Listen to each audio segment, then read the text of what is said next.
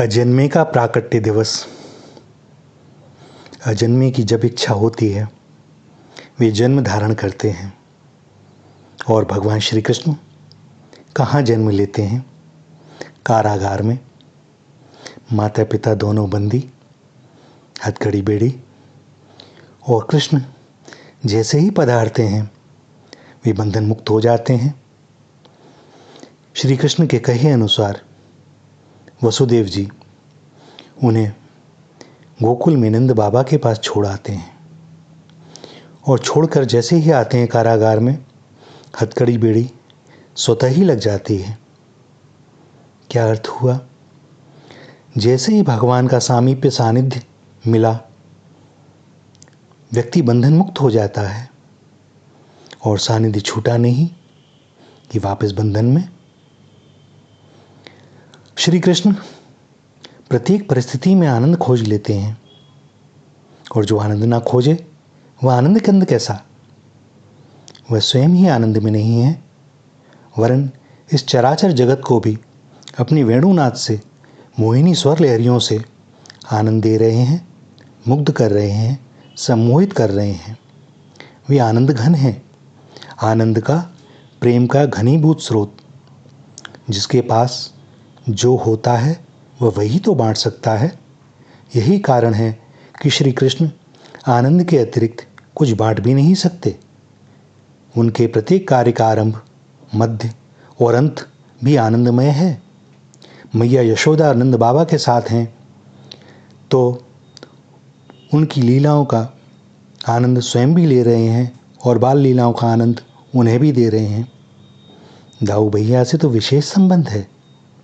दोनों के मध्य गोपन क्या, सो दोनों ही ऐसी लीलाओं का आनंद लेते हैं।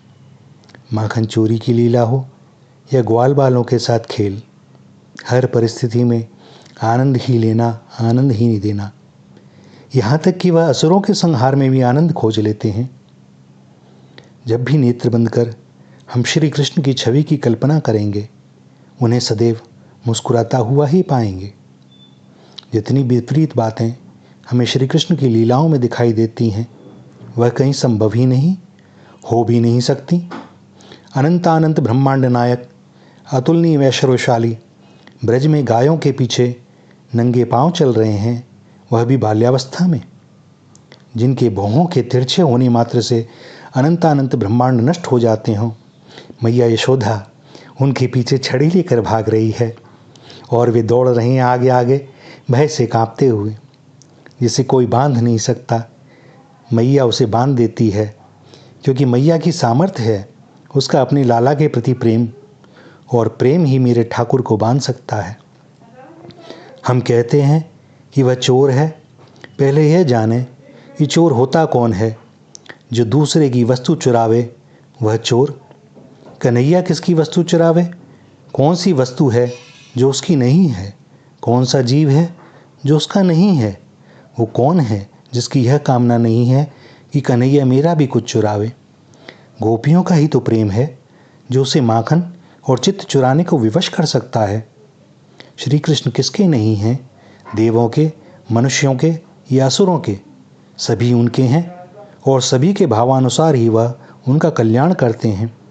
ऐसा लाला जो मैया की गोद न छोड़े, ऐसा भाई जो सदैव साथ ही रहे, ऐसा सखा जो ग्वालों को पीठ पर चढ़ा ले, ऐसा अद्भुत नर्तक जो रास जानता है, ऐसा मुस्कुराता हुआ काल जिसे उसके वैरी सब समय अपने सामने ही देखते हैं, अप्रतिम योद्धा जो रणछोड़ भी है, ऐसा प्रेमी जो विरक्त भी है, ऐसा ग्रस्त जो योगी है, ऐसा दाता जिसके द्वार पर जाना नहीं पड़ता, वरन वही ही एक पुकार पर दौड़ा चला आवे, ऐसा दुर्दश योद्धा जो कहे कि रथ तो हाँकूंगा और अस्त्र नहीं उठाऊंगा, ऐसा प्रेमी कि भक्त की बात रखने को अपना वचन तोड़ दे, ऐसा राजा जो प्रथम पूज्य होने पर भी जूठी पत्तलें उठाने का कार्य अपने ऊपर लेवे, ऐसा काल जो मारे तो मुक्ति दे दे, ऐसा प्रेमी जो प्रेम करे तो सबसे ऊंची वस्तु विरह दे दे, ताकि एक उसके अतिरिक्त कुछ ना भावे, नित्य विरह भी दे और नित्य मिलन भी,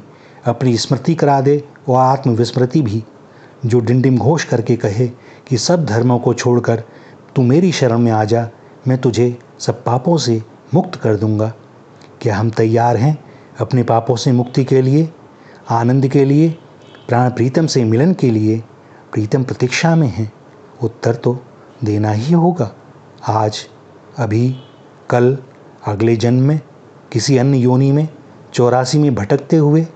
तो आज ही क्यों नहीं, आज, अभी, इसी क्षण।